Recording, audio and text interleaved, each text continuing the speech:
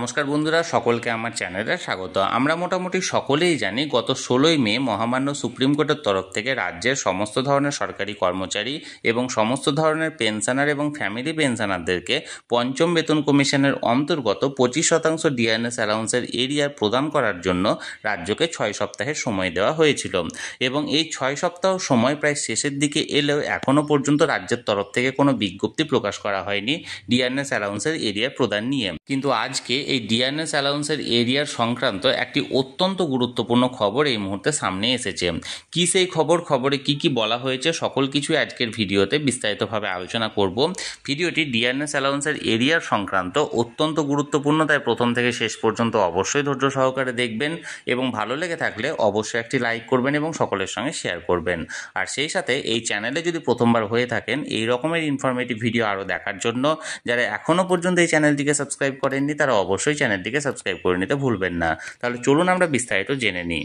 দেখুন, এটি একটি নামী সংবাদপত্রের প্রতিবেদনের অংশ। এখানে হেডলাইন্স দেওয়া হয়েছে, ডিএ বিজ্ঞপ্তি কাল বা পরশু। রাজ্য সরকারি কর্মীদের বকেয়া ডিএর 25% মিটিয়ে দেওয়ার জন্য পশ্চিমবঙ্গ সরকারকে 6 সপ্তাহ সময় দিয়েছে সুপ্রিম কোর্ট। এবার মূল প্রতিবেদনে কি বলা হয়েছে সেটা আমরা জেনে নেব। দেখুন, রাজ্য সরকারি কর্মীদের বকেয়া ডিএর 25% মিটিয়ে দেওয়ার জন্য পশ্চিমবঙ্গ সরকারকে 6 সপ্তাহ সময় দিয়েছে সুপ্রিম কোর্ট। আগামী 27 জুন শেষ হচ্ছে এই সময়সীমা।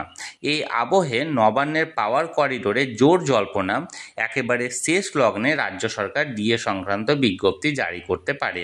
সেক্ষেত্রে 26 তারিখ বা 27 জুন অর্থাৎ রথের ছুটি থাকা সত্ত্বেও বিজ্ঞপ্তি জারি করার একটা প্রবল সম্ভাবনা আছে। সূত্রের খবর, বিজ্ঞপ্তির খুঁটিনাটি চূড়ান্ত করতে এখন আইনি পরামর্শ নিচ্ছে রাজ্য। কর্মীদের আশা, এই বিজ্ঞপ্তি প্রকাশিত হলেই বকেয়া ডিএ মিটিয়ে দেওয়ার ব্যাপারে রাজ্যের পরিকল্পনা স্পষ্ট হবে।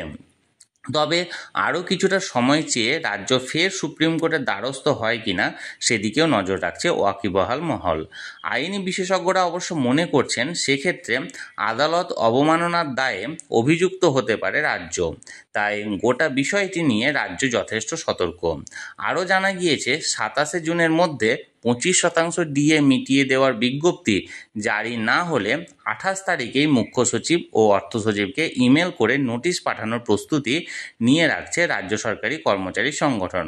মূল মামলাকারী মলয় মুখোপাধ্যায় মহাশয় বলেন, নোটিশের খসড়া তৈরির কাজ চলছে। সরকারের বিজ্ঞপ্তি সন্তোষজনক না হলে নোটিশ ইমেল করা হবে মুখ্য সচিব এবং অর্থ সচিবকে। সপ্তাহান্তের ছুটির পর সোমবার তার হার্ড কপি জমা দেওয়া হবে নবান্নে।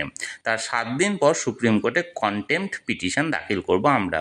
তাহলে বন্ধুরা, এটা একটা নামী সংবাদপত্রের প্রতিবেদন ছিল। এই প্রতিবেদনটি বর্তমান পত্রিকার যে অনলাইন সংস্করণ, সেই অনলাইন সংস্করণে জারি করা হয়েছে।